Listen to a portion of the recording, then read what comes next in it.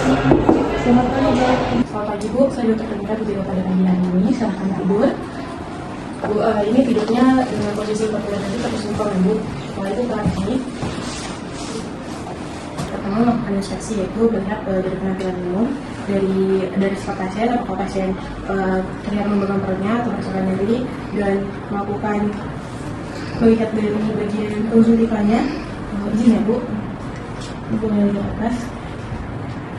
Boleh lihat ya, Bu. Lihat atas. Baik. Tujuannya untuk melihat apakah Ibu ini anemia atau tidak. Setelah itu melihat bagian mulut, apakah terdapat anomali kolitis, sianosis maupun bau pada mulut. Memeriksa tekanan jugular. Boleh Ibu dari sana sebentar. Karena akan mengajar saya untuk memeriksa tekanan jugularis, menaruh pertolongan di bagian bawah dan melepas jari saya untuk melihat tekanan dari vena. Normalnya vena tidak akan terisi. Baik, setelah itu melakukan palpasi pada bagian ini. Boleh Ibu duduk. Kemudian saya akan melakukan palpasi dari daerah submental, submandibular, auricularis anterior, trigonium anterior, kemudian supraclavicular, kemudian ke daerah auricular posterol dan occipital. Saya akan melakukan inspeksi thorax untuk melihat apakah ada tanda spider nevi atau bekas-bekas operasi. Saya akan melakukan pemeriksaan kamar. Pertama saya akan memeriksa heart rate Ibu. Normalnya heart rate itu 60 sampai 100 kali per menit. Setelah itu saya akan memeriksa suhu menggunakan jam tangan. Oke, itu saya memeriksa kapilernya di depan.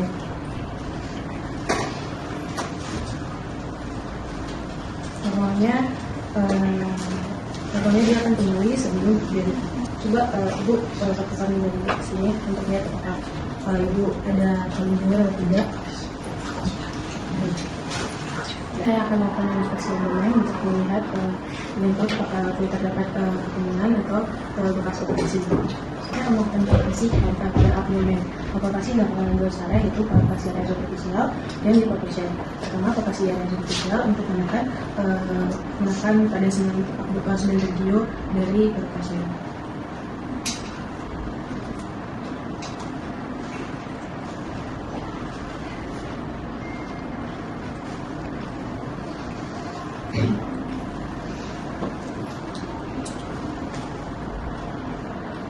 Selanjutnya bukan di pasien. Ibu boleh tarik nafas lagi, nafas lagi,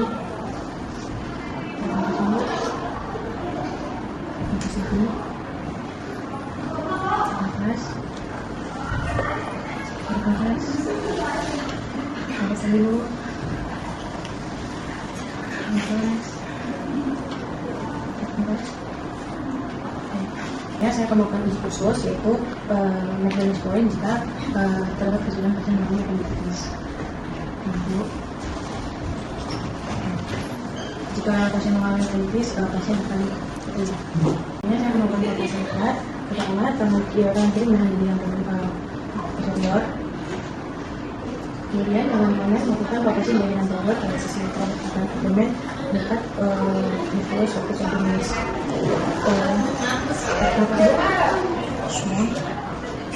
Nafas,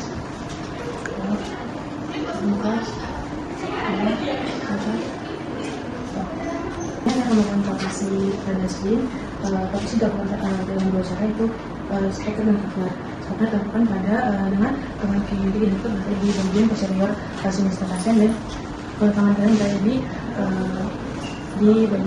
di sebelah anterior pasien. Kemudian melakukan palpasi dari sias sebelah dasar sampai ke arkus fiskal. Boleh tarik nafas, tarik, kemudian tarik, tarik,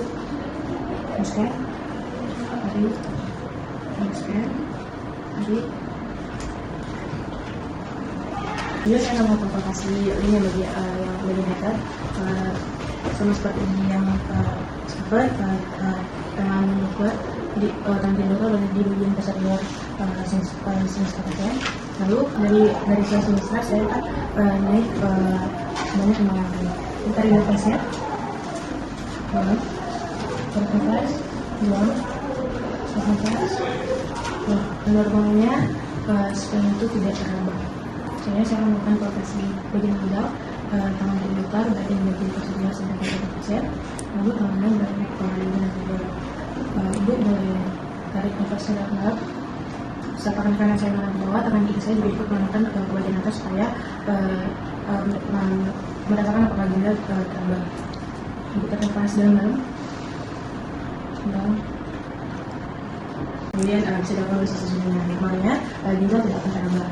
Saya menggunakan kursi sehat. Saya akan menggunakan saya di dekat ke desa, melakukan usbik dari bunyi komod. Karena berarti ini adalah barisan atas kanan kasar. Kemudian saya akan menggunakan kursi sehat pada umumnya ke atas untuk menjadi suara timpani ke radio. Itulah sisi dari bagian samping atas. Saya akan melakukan kursi bagian spin. Saya akan beroperasi di bagian pertama di bagian jiwa sisa ke arkus kusta. Lalu saya akan menggunakan bagian lateral sampai terdapat suara redup. Ini saya akan melakukan halusinasi tes, lalu melakukan kursi ke dalam pasien untuk mendengar sampai ke bagian lateral pasien untuk mendengar suara redup. Kemudian ibu boleh menarik sampai pada sana. Kemudian saya akan melakukan kursi lagi dengan melakukan saya akan kopinya ke titik rendah dan sampai ke dengar suara-suara kembali. Saya akan melakukan pemeriksaan sikat dengan metode simulasi. Ibu boleh tangannya beratkan terus seperti ini. Karena saya meletakkan tangan saya sudah di sebelah perlawanan dan kemudian mengetuk di bagian perlawanan. Tujuannya untuk memeriksa apakah ada getaran dari cairan. Normalnya cairan tidak akan terasa. Tujuan tangan pasien diletakkan di bagian perut adalah untuk menentukan batas. Saya akan melakukan auskultasi. Auskultasi dilakukan dengan memeriksa sinyal regi pasien menggunakan stetoskop untuk memeriksa peristaltik normal. Normalnya peristaltik itu setiap 5-10 detik seperti maksudnya. Baik ibu, pemeriksaan sudah saya lakukan. Ibu boleh kembali. Saya akan mencatat semua sel-sel di rekaman dulu.